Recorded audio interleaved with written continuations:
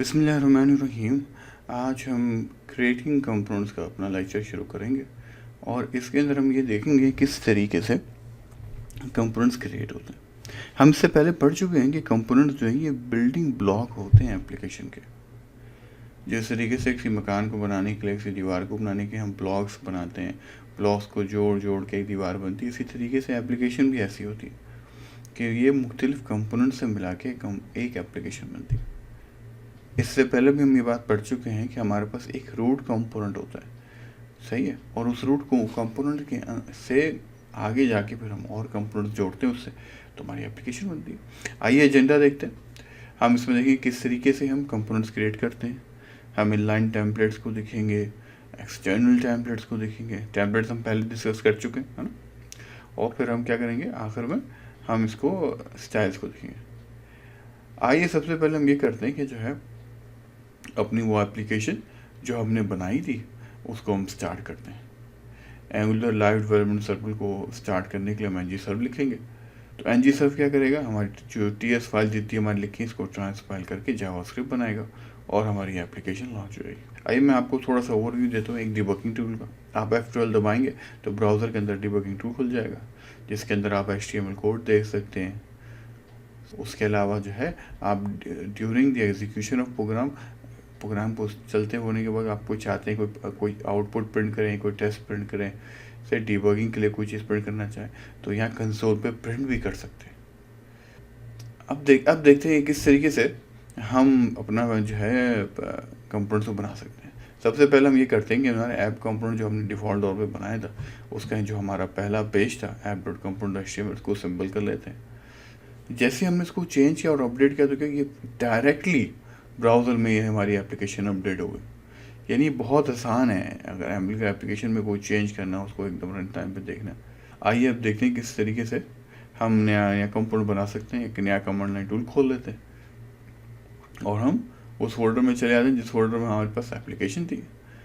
तो CLI के ज़रिए अगर आपको कंपोनेंट क्रिएट करना हो तो उसके लिए क्या है, आप लिखेंगे G से जनरेट, C से कंपोनेंट और फिर कंपोनेंट का नाम। ये करने के बाद क्या होगा, एंगुलर CLI आपकी 4 फाइलें बना देगी, जिसमें आपकी एक क्या HTML फाइल होगी, एक TS फाइल होगी, एक टेस्टिंग से रिलेटेड फाइल होगी और एक CSS फाइल होगी। तो HTML फाइल में कोड आपका HTML है और आपकी CSS फाइल में आपकी क्या है, स्टाइल है। जब ये जो टेस्टिंग से रिलेटेड TS फाइल इसको हम डिलीट कर देते हैं और कंपोनेंट के HTML में जाते हैं तो उसमें क्या सिंपल सा लिखा हम इसमें लिख देते हैं।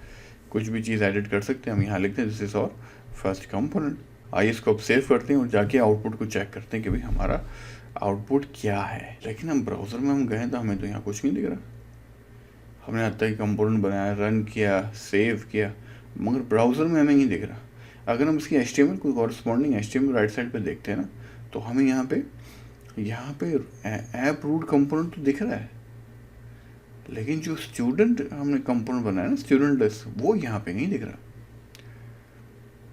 तो ये क्या वजह है? इसकी वजह ये है कि हमने स्टूडेंट लिस्ट कंपोनेंट को तो हमने अपने ऐप रूट कंपोनेंट में इस्तेमाल नहीं किया। आइए पे ऐप रूट HTML में जाते हैं और जो स्टूडेंट लिस्ट कंपोनेंट्स को वहाँ ऐड करते हैं। किस तरीके से ऐड करेंगे कि हम student list dot component dot TS file में जाएंगे और जो सिलेक्टर में हमने लिखा है app dash student dash list, ये क्या, ये हमारे कंपोनेंट को आइडेंटिफाई करने के लिए एक यूनिक वैल्यू है। हम अपनी HTML फाइल में इसी कंपोनेंट के नाम से इसको इस्तेमाल करेंगे, सही है। अब इस बात को भी ध्यान में हमेशा याद रखें, हम पहले भी पढ़ चुके कि ये जो सेलेक्टर है वो ये यूनिक होगा। आप ऐसा कोई नाम नहीं रखेंगे जो ऑलरेडी क्या है, ऑलरेडी मौजूद है HTML में, जैसे बॉडी है या कोई और है। आइए हम इसको अपने मेन कंपोनेंट रूट कंपोनेंट के अंदर हम इस कंपोनेंट को रेफ़र करते हैं और ये हमने अपने कंपोनेंट को यहाँ पे रेफ़र कर दिया। और हम क्या है यहाँ ये मेंशन करने के बाद हम एंगुलर को बता रहे हैं कि जो हमारी रूट कंपोनेंट है इसमें हमारा स्टूडेंट लिस्ट कंपोनेंट भी क्या हमारा रेफ़र होना चाहिए। अब हमने इसको सेव किया, एंगुलर ने इसको कंपाइल किया, ब्राउज़र में जाके देखा और ये हमारा स्टूडेंट लिस्ट कंपोनेंट यहाँ पे डिस्प्ले हो गया। कितना आसान है कंपोनेंट बनाना, कितनी आसानी के साथ हम क्या कर सकते हैं, हम आउटपुट को देख सकते हैं। अब हम इसके HTML आउटपुट को देखते हैं तो हमें यहाँ पे रूट कंपोनेंट के अंदर क्या है, हमारा ऐप स्टूडेंट लिस्ट कंपोनेंट देख रहा है। अब तो हमें यानी अब हमने बुनियादी तौर पे ये देख लिया कि कंपोनेंट किस तरह होता है, ठीक है ना। अब हम कोशिश करते हैं कि भाई हम किसी डेटा को जो है अपने कंपोनेंट में डिस्प्ले करें। तो उसके लिए हम क्या करते हैं कि हम एक स्टूडेंट का ऑब्जेक्ट बना लेते हैं। बहुत आसान है, हमने स्टूडेंट लिखा। अब स्टूडेंट के ऑब्जेक्ट के अंदर एट्रीब्यूट्स होंगे। मिसाल के तौर पर हमने नेम ले लेते हैं, नेम में अली भाई को ले लेते हैं, और क्या करते हैं, और हम क्लास उनकी क्या कर देते हैं, उनकी 10 कर देते हैं। तो ये हमारा क्या होगा, एक स्टूडेंट ऑब्जेक्ट बन गया। अब हम क्या करेंगे, अपनी स्टूडेंट लिस्ट कंपोनेंट के अंदर इस स्टूडेंट के ऑब्जेक्ट को रेफर करेंगे। अब ये बहुत ही आसान है। हम डबल कर्ली ब्रेसेस अगर लगाएं और डबल कर्ली ब्रेसेस ख़त्म करें और उसके दरमियान अगर हम कोई ऑब्जेक्ट जो हमारे पास मौजूद है हमारी टीएस फाइल में हम लिख दें, तो क्या वो चीज़ वैल्यू वहाँ पे प्रिंट हो जाएगी। अभी हम इसकी डिटेल में नहीं जाते कि ये चीज़ क्या है, इसको हम लेटर देखेंगे, सही है। लेकिन किसी भी अपनी HTML फाइल में अपने TS फाइल के जो हमारे एट्रीब्यूट्स हैं, जो ऑब्जेक्ट्स हैं, उनको रेफ़र करना बहुत आसान है। हमने डबल कर्ली ब्रेसेस लिखे, हमने इसको क्लोज किया, हमने ऑब्जेक्ट का नाम लिया, डॉक्यूमेंट फाइल में क्या रेफर हो जाएगा। अभी क्या हमने टेम्पलेट URL यूज़ करें तो क्या हमने HTML फाइल इसको रेफर कर रहे हैं, स्टाइल URL में क्या कर रहे हैं, एक CSS फाइल इसको हम यूज़ कर रहे हैं। एक और तरीका जिसके अंदर हम क्या करें, मिसाल के तौर पर कि हम फाइल्स को ना रेफ़र करें और हमने HTML कोड डायरेक्ट यहाँ लिख दें। बहुत ही आसान, आप सिंगल कोट्स के अंदर जो HTML लिखेंगे, सही है, ये क़ायम मकाम होगा उस HTML फाइल के जो भी आपने बनाई थी। ठीक है। अब मैं ये HTML लिख के इन दी टेम्पलेट लिखा मैंने, मैं इसको सेव करता हूँ और मैं जाके अपनी एप्लीकेशन को चेक करता हूँ।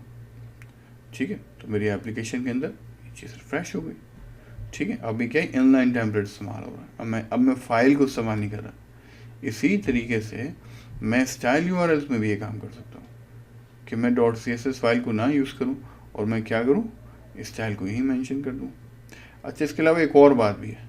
मिसाल के तौर पर आप कहते हैं मेरी HTML जो मैंने लिखनी है टेम्पलेट के अंदर ये एक से ज़्यादा लाइंस की है, तो इसके लिए आप क्या कर सकते हैं, आप बैक टिक का कैरेक्टर इस्तेमाल करें और फिर क्या करें, आप मल्टीपल लाइंस में आप अपनी HTML लिख सकते हैं। ठीक है, तो मिसाल के तौर पर हम यहाँ पे लिख लेते हैं H2 करके, नाउ यूजिंग मल्टीपल लाइंस।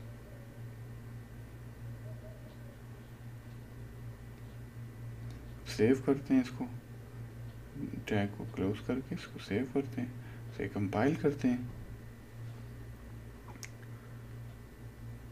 ये देखें और ये चेंज रिफ्लेक्ट हो गया। अब आइए अब स्टाइल्स को भी देख लेते हैं लगे हाथों कि स्टाइल अगर हम मिसाल के तौर पर इनलाइन लिखना चाहें तो वो क्या होगा।